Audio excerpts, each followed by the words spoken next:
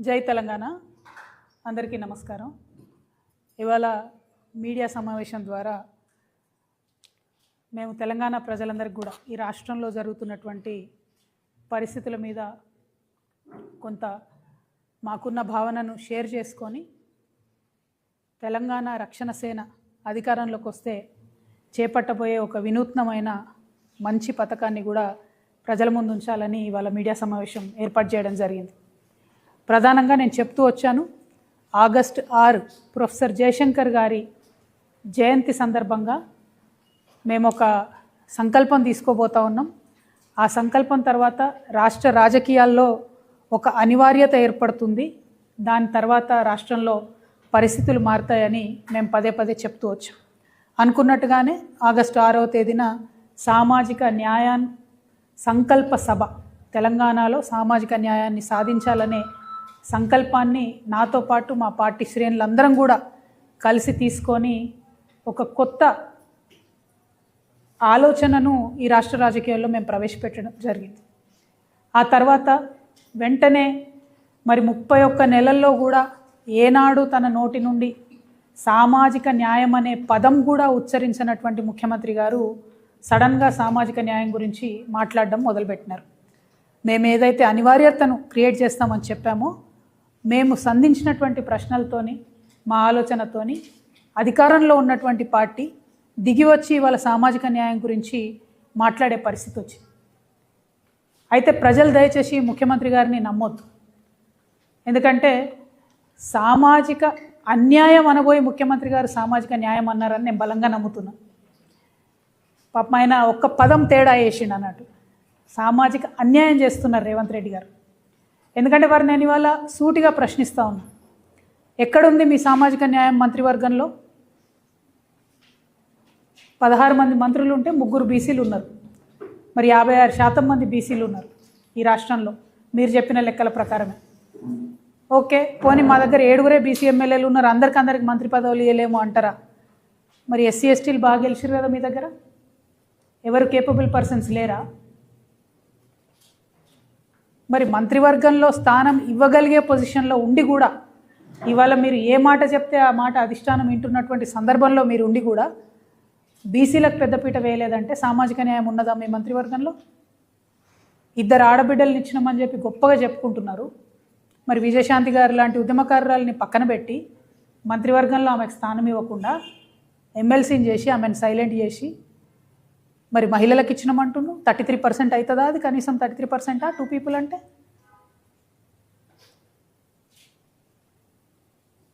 మీరు మొన్న చైర్మన్స్ ఇచ్చిండ్రు, అడ్వైజర్స్ ఇచ్చిండ్రు. అడ్వైజర్స్లో ఇవాళ ప్రజల్ని నేను రిక్వెస్ట్ చేస్తున్నా, ఈ విషయం బాగా గమనించాలి.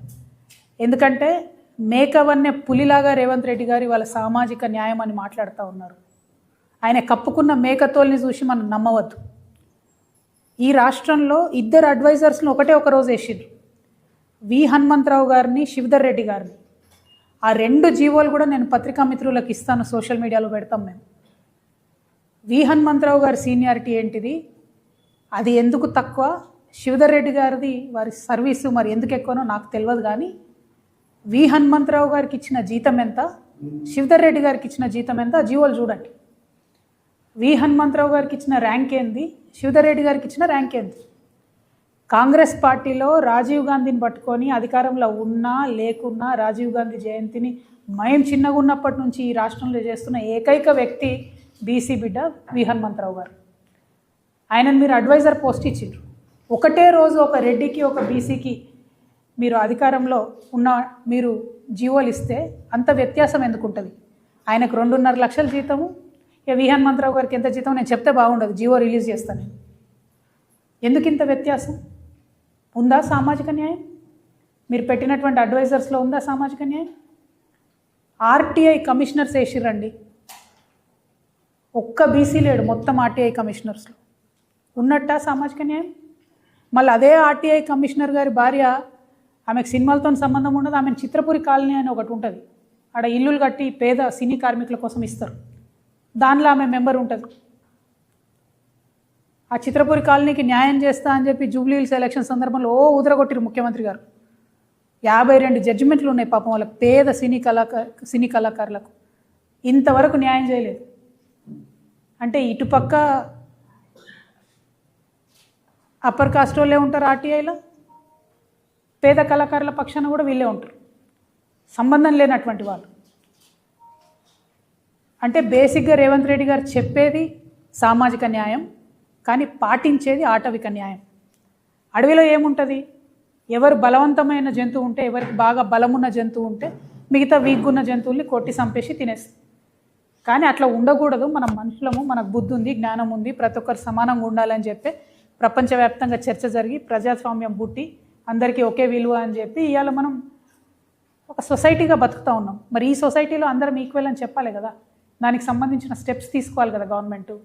తీసుకోకుండా మాదే సామాజిక న్యాయం మాట్లాడితే కాదు, చేయాలి, చేతలలో చూపించాలి, చేతలలో చేసేటటువంటి పొజిషన్లు ఇవాళ రేవంత్ రెడ్డి గారు ఉన్నారు కాబట్టి మేము చాలా బలంగా అడుగుతూ ఉన్నాం. ఇంకొక గమ్మత్ ఏంటంటే ఈయన సామాజిక న్యాయం గురించి మాట్లాడతారు. అంతకుముందు బీసీలకు 20,000 కోట్లు ఇస్తామని చెప్పిండ్రు సంవత్సరానికి. నేను స్ట్రేట్గా అడుగుతా ఉన్నా, నంబర్స్తో సహా అడుగుతా ఉన్నా. 2024, 25, 26 బడ్జెట్లు కలిపి 5,96,122 కోట్ల రూపాయలు బడ్జెట్ పెడితే 56% ఉన్న బీసీలకు, మళ్ళీ వినాలి దయచేసి, 5,96,000 కోట్ల బడ్జెట్ పెడితే 56% ఉన్న బీసీలకు ఇచ్చింది ఎంత అంటే 2 ఏళ్లలో ఇంత, 1% కూడా ఇవ్వలే కనీసం బడ్జెట్. ఇది ఖర్చు పెట్టిన బడ్జెట్ నేను చెప్తున్నా. 5,500 కోట్ల రూపాయలు ఖర్చు పెట్టిరు 2 ఏళ్లలో, దాదాపు 6 లక్షల కోట్ల బడ్జెట్లో. బీసీల జనాభా ఉన్నదెంత, బీసీలకు ఇచ్చింది ఎంత?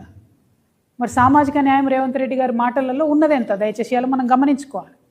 మోసపోవద్దని చెప్తున్నది అందుకే ప్రజలకు నేను. పేరుకు సామాజిక న్యాయం కానీ చేతలలో సామాజిక న్యాయం ఎక్కడా కూడా లేదు. మహిళల గురించి మాట్లాడుతున్నారు రేవంత్ రెడ్డి గారు, నేను 2 మహిళలు ఇచ్చినా అని.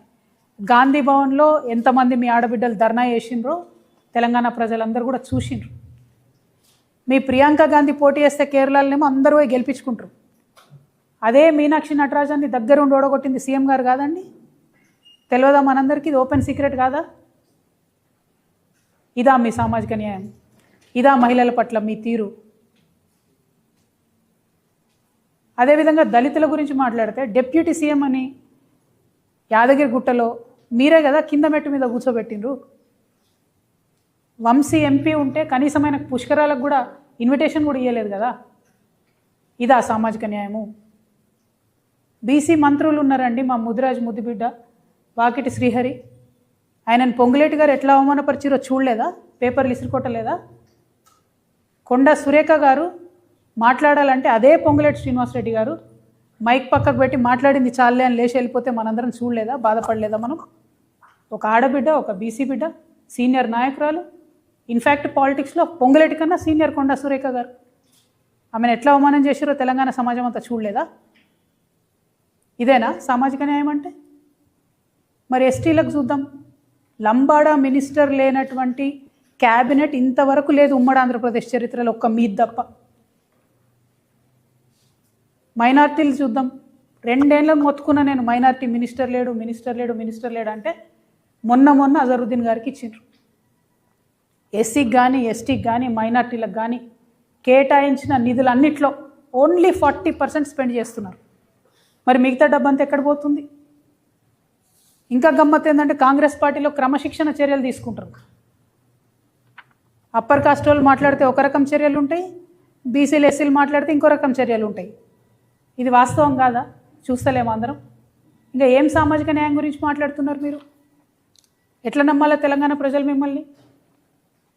నేను అందుకే చెప్తా ఉన్నా, రేవంత్ రెడ్డి గారు సామాజిక న్యాయం గురించి మాట్లాడడం అంటే మేకవన్నే పులిలాగానే, నేతి బీరకాయలో నెయ్యి ఎంత ఉంటుందో రేవంత్ రెడ్డి గారి మాటలలో సామాజిక న్యాయం కూడా అంతే ఉంటుందని దయచేసి బీసీ ఎస్టీ ప్రజలు కూడా గమనించుకోవాలని నేను కోరుతున్నా. ఇదంతా ఒక లెక్క అయితే ఇవాళ మొత్తం దేశమంతా కూడా మన తెలంగాణ గురించి కథలుగా చెప్పుకుంటున్నారు. ఎట్లా అంటే అనగనగా ఒక సీఎం ఉండేనట, ఆ సీఎం 7 అన్నదమ్ములట, పొద్దుగాన లేచి ఈ 7 కూడా 7 దిక్కులు వేటకోతారట.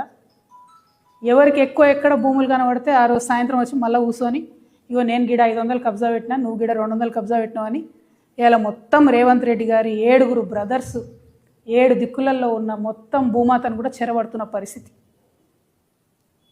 రేవంత్ రెడ్డి గారిని వారి యొక్క రౌడీ ముఠాని, ఈయనకు బాగా రియల్ ఎస్టేట్ తెలిసి ఏదో రియల్ ఎస్టేట్ ఉద్ధరిస్తాడంటే పొద్దుగాలు లేచిన దగ్గర నుంచి భూమిని దొంగతనం చేయడం తప్పితే రేవంత్ రెడ్డి గారు చేస్తున్నది ఇంకోటి లేదు. పేదవాళ్ళ దగ్గర గుంజుకోవాలి, దాన్ని పెద్దవాళ్ళకి ఇవ్వాలి.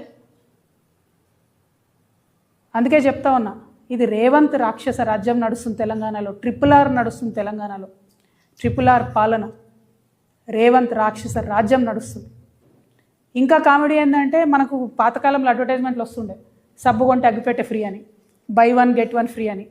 అట్లా ఒక రేవంత్ రెడ్డి కోటేస్తే 7 అన్నదమ్ములు ఫ్రీ మనకు, కుటుంబ సభ్యులు ఫ్రీ మనకు, ఓటుకు నెట్టు కేసులో ఉన్న ఉదయ్ రెడ్డి ఫ్రీ మనకు, వేం నరేందర్ రెడ్డి ఫ్రీ మనకు, పొంగులేటి కోటేస్తే కొడుకు ఫ్రీ, శ్రీధర్ బాబు కోటేస్తే తమ్ముడు ఫ్రీ, బట్టి కోటేస్తే వాళ్ళ కుటుంబ సభ్యులు ఫ్రీ. ఏంది ఇది? ఇంతమంది రాజ్యాంగేతర శక్తులు, 200 మంది ముఠా నడుస్తుంది పరిపాలన. నేను బాధతో చెప్తా ఉన్నా ఈ విషయం. ఓ పేద దళితుడు ఉంటే, పేద బీసీలు ఉంటే వాళ్ళకి ఎప్పుడో నిజామో ఇందిరమ్మనో ఇచ్చినటువంటి ల్యాండ్ని ఇలా రాబందుల్లా లాక్కుంటున్నారు. 30,000 ఎకరాల అసైన్డ్ ల్యాండ్ దాదాపుగా లాక్కున్నారు రేవంత్ రెడ్డి గారు. నేను ఇవాళ ఛాలెంజ్ చేస్తా ఉన్నా ముఖ్యమంత్రి గారు, మీకు చిత్తశుద్ధి ఉంటే, మీరు నిజంగా సామాజిక న్యాయం చేయాలనుకుంటే, మీ మేనిఫెస్టోలో చెప్పినట్టుగా అసైన్డ్ ల్యాండ్ల మీద యాజమాన్య హక్కులు ఇవ్వండి. ఈ రాష్ట్రంలో ఉన్న దళితులు, బీసీలు వాళ్ళకు ఆల్రెడీ అసైన్డ్ ల్యాండ్లు మీరు ఇవ్వలే. పివి నరసింహారావు గారి టైంలో ఆయన ఇందిరమ్మను ఒప్పించి మెప్పించి కొంత ఇచ్చిండు. నిజాం ఉన్నప్పుడు ఆయన ఇనాం ల్యాండ్లు కొన్ని ఇచ్చిండు.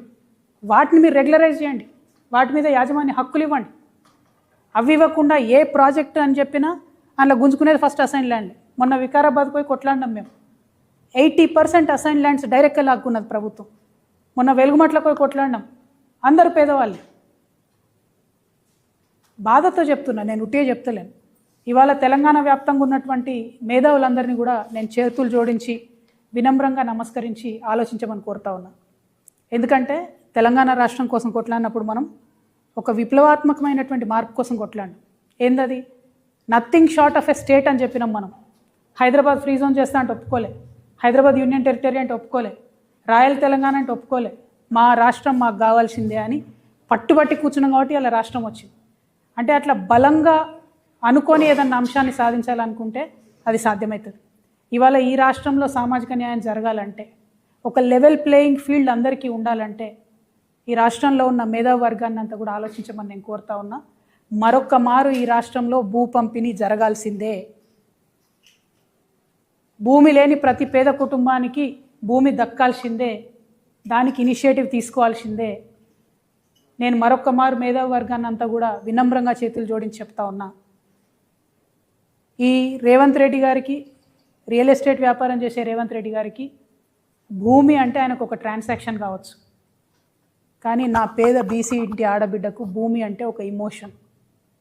నా పేద దళితులకు భూమి అంటే ఒక ఇమోషన్. నా ఆదివాసీలకు భూమి అంటే పంచ ప్రాణం. వదిలిపెట్టి ఉండలేరు, అడవిని వదిలిపెట్టి, భూమిని వదిలిపెట్టి. ఆ విషయం అర్థమవుతలేదు రేవంత్ రెడ్డి గారికి. మానవత్వం అన్నది పరిపాలనలో లోపించింది. అందుకే నేను బలంగా నమ్ముతా ఉన్నా, భూమి పంపిణీ జరగాల్సిందే. తెలంగాణ రక్షణ సేన అధికారంలోకి వస్తే ఖచ్చితంగా భూమి లేని ప్రతి పేద ఇంటికి కూడా కుటుంబానికి 1 ఎకరం చొప్పున మేము భూలక్ష్మి పథకం పేరుతోని భూ పంపిణీ చేయడం జరుగుతుంది. I appeal to all the youngsters. We need to have a level playing field in the state. We need to have a level playing field. సమానమైనటువంటి భూమి క్రియేట్ చేసినాకనే కదా నువ్వు గేమ్ పెట్టాలి. ఫుట్బాల్ మ్యాచ్ ఆడుతున్నారు అనుకోండి, ముఖ్యమంత్రి గారికి ఫుట్బాల్ మ్యాచ్ బాగా తెలుసు కదా, అందుకే చెప్తున్నా. ఫుట్బాల్ మ్యాచ్ ఆడుతుంటే ఒక దిక్కు ఎత్తుండి ఒక దిక్కు వంపు ఉంటే ఎట్లా ఆడతారు ఆట? వంపులు ఉన్నోడు ఏదో గోల్ కొట్టగలుగుతాడు. ఇవాళ పేదవాళ్ళ పరిస్థితి అదే కదా. అందుకే భూమి పంపిణీ జరగాల్సిందే. పేద బీసీలకు కానీ, ఎస్సీలకు కానీ, ఎస్టీలకు కానీ, అగ్రవర్ణాల్లో ఉండే పేదల్ని కూడా న్యాయం చేయగలిగే ఏకైక పార్టీ తెలంగాణ రక్షణ సేననే అవుతుంది.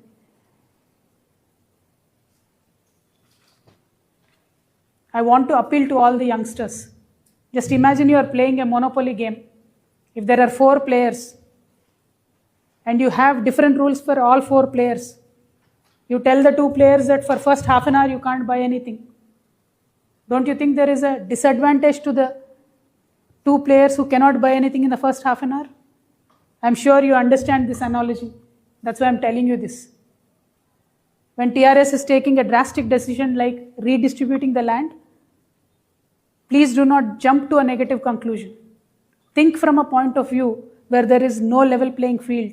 How do you create it? How do you create an egalitarian society? Think about that. Mere politics is not enough. If social justice has to be achieved in this state or in this country, land redistribution is one of the major ways in which it can be achieved. Telangana Rakshana Sena firmly believes in it, and that is why today we are launching a scheme called Bhulakshmi. We are launching a scheme called Bhulakshmi once TRS comes into power. And right now we are demanding the Congress government that you give land rights, ownership rights to the people with assignment lands. You start the distribution. We will support you as an opposition. You please start the distribution. నేనే అధికారంలోకి వచ్చేదాకా ఆగాలి, అప్పటి వరకు పేదలు పేదగా ఉండాలి అనట్లే. కాంగ్రెస్ ప్రభుత్వం భూ పంపిణీ కార్యక్రమం మొదలు పెడితే మొదటి వరుసలో నిలబడి మేమే పంపిణీ చేస్తాం. ఎట్ ద సేమ్ టైం భూములు లాక్కోవాలని వస్తే మాత్రం గుత్పలు అందుకొని మేమే ముంగటుంటాం. నేను చెప్తా ఉన్నా, మా దళిత ఇంటి ఆడబిడ్డలు నేను అప్పీల్ చేస్తున్నా, ఎవరైనా మీ భూమికి కన్నెత్తి చూస్తే గుత్ప పట్టుకొని రెడీగా ఉండుండ్రి. ఎవరు వస్తారో నేను చూస్తా. అడిగేటోళ్ళు లేరు అనుకుంటున్నారు, కుదరదు అట్లా. రేవంత్ రెడ్డి గారికి వాళ్ళ కుటుంబ సభ్యులకు 100 ఎకరాల భూమి ఉంది. అఫీషియల్గా 20 ఎకరాల భూమి చూపిస్తారు. 20 ఎకరాలు ఉన్నోడికి 1 ఎకరం ఉంటేంది లేకుంటేంది అనిపిస్తుంది. కానీ మనకు అట్లా కాదు కదా. 1 ఎకరం లేనటువంటి పేదల గురించి వాళ్ళు నేను అప్పీల్ చేస్తూ ఉన్నా, వాళ్ళ గురించి మాట్లాడుతూ ఉన్నా. సామాజిక న్యాయ సాధన జరగాలంటే ముందు భూమి ఉండాల్సిందే. అందరూ కూడా నాకు తెలిసి రైతు బిడ్డలే, అందరూ కూడా గ్రామాల నుంచి వచ్చినటువంటి వాళ్ళే, మా మిత్రులంతా, పత్రికా మిత్రులంతా. ఒక గ్రామంలో పరిస్థితి ఇమాజిన్ చేసుకోండి. భూమి లేనివాడికి ఎంత విలువ ఉంటుంది, భూమి ఉన్నవాడికి ఎంత విలువ ఉంటుంది. పిల్లనియాలంటే ఏం అడుగుతారు? ఇల్లుందా, భూమి ఉందా, జాగుందా అని అడుగుతారు.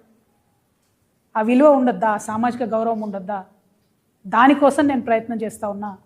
దయచేసి ఈ విషయాన్ని అర్థం చేసుకోవాల్సిందిగా మా మేధావర్గాన్ని అప్పీల్ చేస్తూ ఉన్నా. నేను సామాజిక న్యాయం జరగాలి తెలంగాణలో అంటే అది పొలిటికల్ స్లోగన్ కాదు.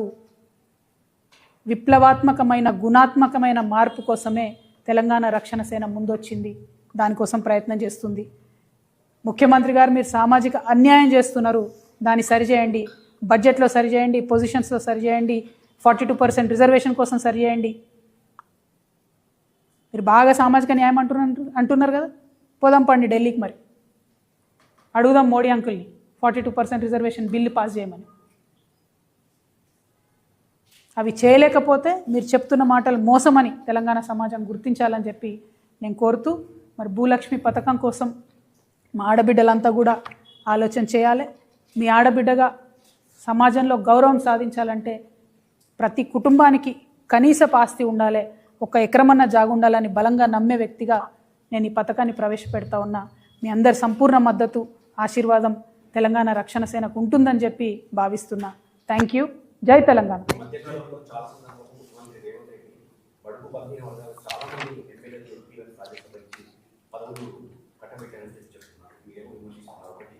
రెండోది, ఇప్పుడున్న పరిస్థితుల్లో భూమి అవైలబుల్ లేకుండా అవుతుంది. ప్రభుత్వాలన్నీ కూడా భూములన్నీ వేలం వేస్తున్న పరిస్థితి. ప్రతి పేదవాడికి ఎకరం ఇవ్వడం సాధ్యమవుతుంది. ఫస్ట్ థింగ్ అండి, రేవంత్ రెడ్డి గారు ఏమి ఎస్సీ ఎస్టీ బీసీలను ముఖ్యమంత్రుల్ని ఎమ్మెల్యేలు చేయలేదు. అంబేద్కర్ గారు, పూలే గారు వాళ్ళు చేసిండ్రు. వాళ్ళు ఇచ్చినటువంటి స్ఫూర్తితోని, వారు ఇచ్చినటువంటి రాజ్యాంగ రక్షణలతోని ఎమ్మెల్యేస్ అవుతూ ఉన్నారు. 1. 2, భూమి ఉంది, మనసు లేదు. భూమి ఉంది, మనసు లేదు.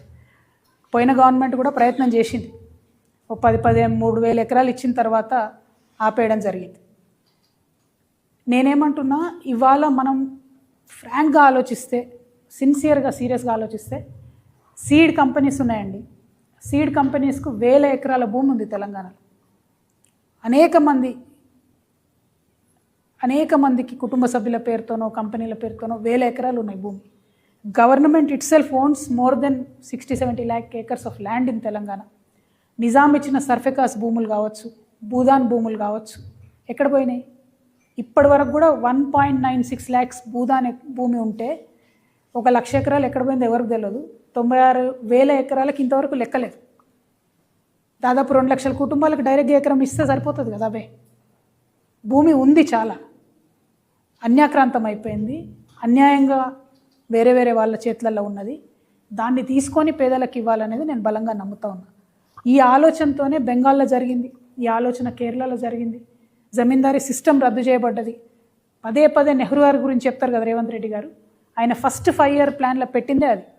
ల్యాండ్లెస్ పువర్కి ల్యాండ్ పోవాలి, ఓనర్షిప్ రావాలి, వచ్చిన తర్వాతనే దేశం అభివృద్ధి చెందుతుంది అని. సామాజిక న్యాయం జరగాలి, ప్రతి ఒక్కరికి పార్టిసిపేషన్ చేసేటటువంటి కాన్ఫిడెన్స్ రావాలి అని అంటే నిజంగా ఒక సెకండ్ ఆలోచిద్దాం. యాజ్ హ్యూమన్ బీయింగ్స్ ఒక అర్ధ గజం భూమి ఉంటే, ఒక గుంట భూమి ఉంటే ఎంత కాన్ఫిడెన్స్ ఉంటుంది. నేను ఉట్టిగా నిర్ణయం తీసుకోలేదండి. దాదాపు 2 నుంచి 3 వేల మంది మహిళలతో ఇంటరాక్ట్ అయ్యి, పేద మధ్యతరగతి అగ్రవర్ణాల్లో ఉన్న పేదవాళ్ళతో అందరితో ఇంటరాక్ట్ అయిన తర్వాత వాళ్ళని అడిగిన నేను ఏం కావాలి అంటే, మేము రేపు చచ్చిపోతే మమ్మల్ని ఏడగాలేయాలి, 6 అడుగుల భూమి లేదు మాకు అని బాధపడుతున్న పరిస్థితి నేను చూసిన. అట్లా అనేకమైన అంశాలు చూసిన తర్వాత, చాలా రిపోర్ట్ స్టడీ చేసిన తర్వాత, ల్యాండ్ అవైలబిలిటీ చెక్ చేసిన తర్వాత, పాసిబిలిటీ చెక్ చేసిన తర్వాత మాత్రమే నేను ఈ ప్రపోజల్ పెడతా ఉన్నాను. 1 acre 1 family ఇవ్వగలుగుతాం. ఉంది ల్యాండ్, ఇచ్చే మనసు ఉండాలి. రేపు మేము వచ్చిన తర్వాత పరిపాలన అమ్మ మనసుతో జరుగుతుంది కాబట్టి అందరికీ కూడా, పేదవారందరికీ ఖచ్చితంగా దొరుకుతుంది. ఎందుకంటే గౌరవం ఇవ్వాలి, గౌరవం రావాలి అంటే ల్యాండ్ ఓనర్షిప్ ఉండాల్సిందే. అది ఇవ్వాలంటే కూడా మనకు నచ్చినా నచ్చపోయినా భూమి లేనో తీరు చూస్తారు, భూమి ఉన్నో తీరు చూస్తారు. అది ఊర్లో అయినా సిటీలో అయినా ఎక్కడైనా విలువ అనేటటువంటిది, సామాజిక విలువ అనేది ఆస్తిపాస్తులతో చూస్తారు. ఆ ఆస్తిని క్రియేట్ చేద్దామని నేను ప్రపోజల్ చేస్తాను. గవర్నమెంట్ ముందు, ప్రజల ముందు, మేధావుల ముందు ఈ ప్రపోజల్ పెడుతున్నాను. మా పార్టీ నుంచి ఈ అంశాన్ని సీరియస్గా తీసుకుంటాం. రేపటి నాడు అధికారంలోకి వచ్చినాక దాన్ని అమలు చేస్తామనే మాట ఇస్తా ఉన్నా తెలంగాణ సమాజానికి. Thank you. జై తెలంగాణ. రేవంత్ రెడ్డి గారు రక్తం పంచుకున్న సోదరుడిని ఇంటి నుంచి గెంటేశారు, సాయం చేయాల్సి వస్తుందని ఇంటి నుంచి గెంటేశారు. అంటే పదే పదే జరిగిపోయిన అంశాలు చెప్తూ చేయాల్సిన అంశాలను పక్కన పెడుతున్నారు రేవంత్ రెడ్డి గారు. నేను వారిని కోరేది ఒకటే, మీరు న్యాయం చేయాలనుకుంటే నేను ఇందాక చెప్పినట్టు బీసీలకు న్యాయం చేయండి, ఎస్సీలకు న్యాయం చేయండి, ఎస్టీలకు న్యాయం చేయండి, ముస్లిమ్స్కి న్యాయం చేయండి. మాలాగా సబలగా ఉన్నటువంటి మహిళలం, మమ్మల్ని మేము టేక్ కేర్ చేస్తాం, మాతో పాటు సమాజాన్ని కూడా మేము టేక్ కేర్ చేస్తాం. కాబట్టి మా గురించి ముఖ్యమంత్రి గారు అంత రంది పెట్టుకోవద్దు. వారి విషయాలు వాళ్ళు చూసుకోవాలి. వారి 7 అన్నదమ్ములు, వారు చేసే వేట, వారు చేసే భూ దొంగతనం అవి బంద్ పెట్టుకోవాలని చెప్పి మాత్రం నేను ముఖ్యమంత్రి గారిని డిమాండ్ చేస్తాను. ముఖ్యమంత్రి గారి కుటుంబం భూ దొంగలు అంటున్నా నేను, భూ దందాలు అంటేనే భూ దొంగలు అంటున్నా. ముఖ్యమంత్రి గారి కుటుంబం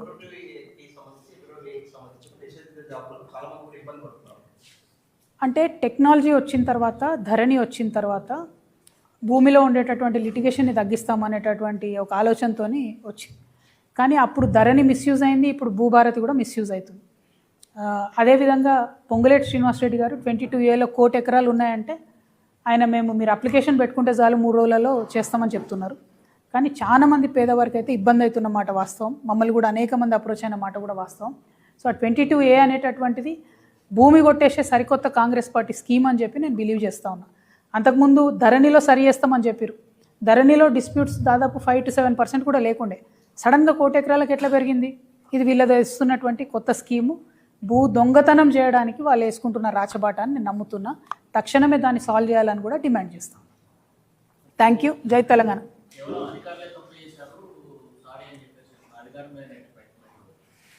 ఏదైనా అధికారులనే బలి చేస్తారు కదండి. పాలసీ డెసిషన్ తీసుకునేటటువంటి ధైర్యం లేని రాజకీయ నాయకత్వం ఉన్నప్పుడు, నిర్ణయం తీసుకున్నప్పుడు తప్పైతే ఒప్పుకోవాలి. తప్పైంది, అవును భయ్ తప్పైంది, మాతో క్షమించమని అడగాలి. మధ్యలో అధికారులు తప్పు చేసారంటే, కంప్యూటర్ తప్పు చేసిందంటే కాదు కదా. కంప్యూటర్ నేను నడిపిస్తాడు ఒకడు ఉంటాడు కదా వెనకాల. ఆ పాలసీ చేసింది వీళ్ళే కదా 22Aలో పెట్టాలని. సడన్గా ఎందుకు పెరుగుతుంది? 1 కోటి ఎకరాలు సడన్గా ఎందుకు పోతుంది? డెఫినెట్గా భూ దొంగతనం చేయడానికి ఇది ఒక స్కీమ్ వేస్తున్నారు కాంగ్రెస్ నాయకులు తప్ప ఇంకో